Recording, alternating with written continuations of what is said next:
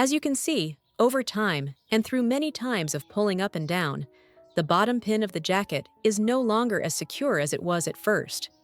The thread holding the pin has come loose, causing the pin to slip out of its original position.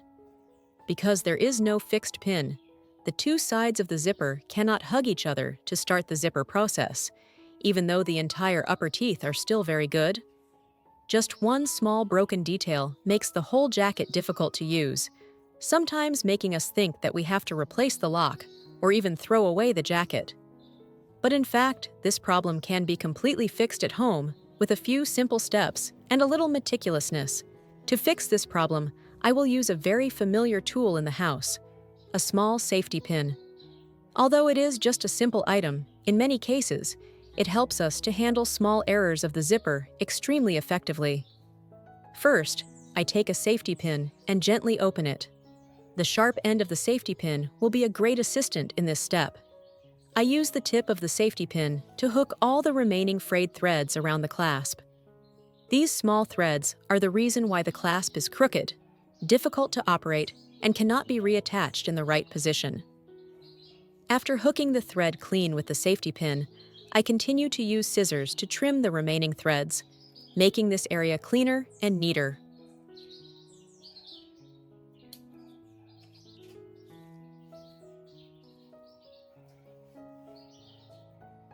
Right under the clasp, you will see a small hole.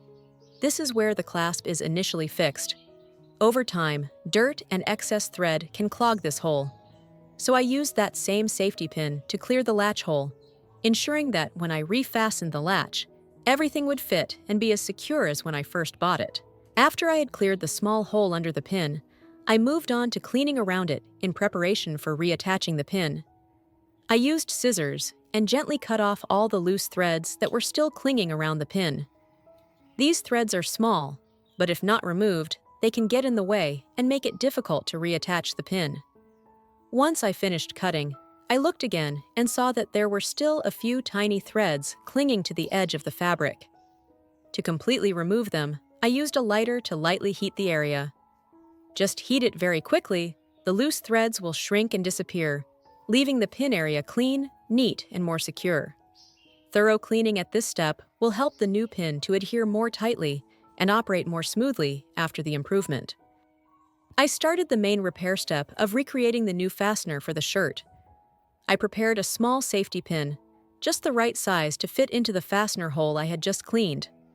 First, I inserted the sharp end of the safety pin through the fastener hole. Since the hole was quite small, I pressed it gently and adjusted it until the tip of the safety pin went in neatly.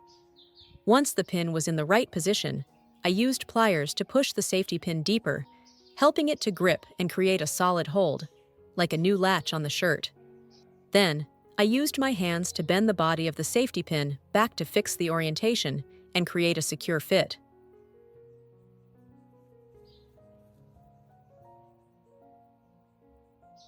To make the fastener neater and more suitable, I continued to use pliers to cut off half of the excess body of the safety pin on one side. Next, I moved on to the important step to make the new pin more durable. That is, fixing the inside of the safety pin with a needle and thread. After the safety pin was properly attached and trimmed, it still needed a solid support to prevent it from moving when the zipper was pulled.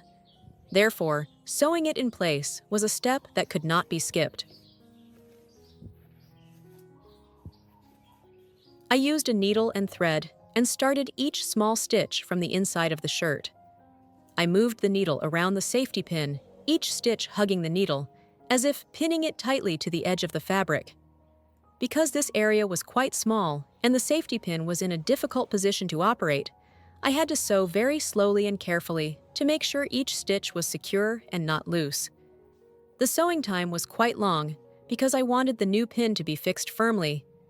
I repeated many times, sewing back and forth until I felt the safety pin was in place, no longer wobbly. When finished, I tied a tight knot and cut off the excess, making sure the inside was clean and neat. After completing the whole process and creating a new clasp, I started testing to see how it turned out. I carefully brought the two sides of the zipper together, gently inserting the end of the clasp into the newly secured clasp. Everything clicked together very neatly, showing that the clasp was in the right place. I started pulling it, and to my surprise, the clasp pulled up smoothly and quickly. There was no more feeling of it being stuck, being misaligned, or not being able to fasten like before. The new clasp, although made from the same small safety pin, proved to be extremely sturdy, holding the clasp steady and working just like the original clasp. I pulled it up and down a few more times to check its stability, and every time it was the same. The clasp was tight, sliding lightly and very smoothly. With just a little meticulousness and a few simple items, the clasp that seemed to be destined to be discarded was completely revived. The video ends here. If you have any comments, please leave them below. If you find the video interesting, please give me a like. Don't forget to share with your family and friends. Remember to subscribe to the channel. Thank you for your support. Bye. See you in the next video.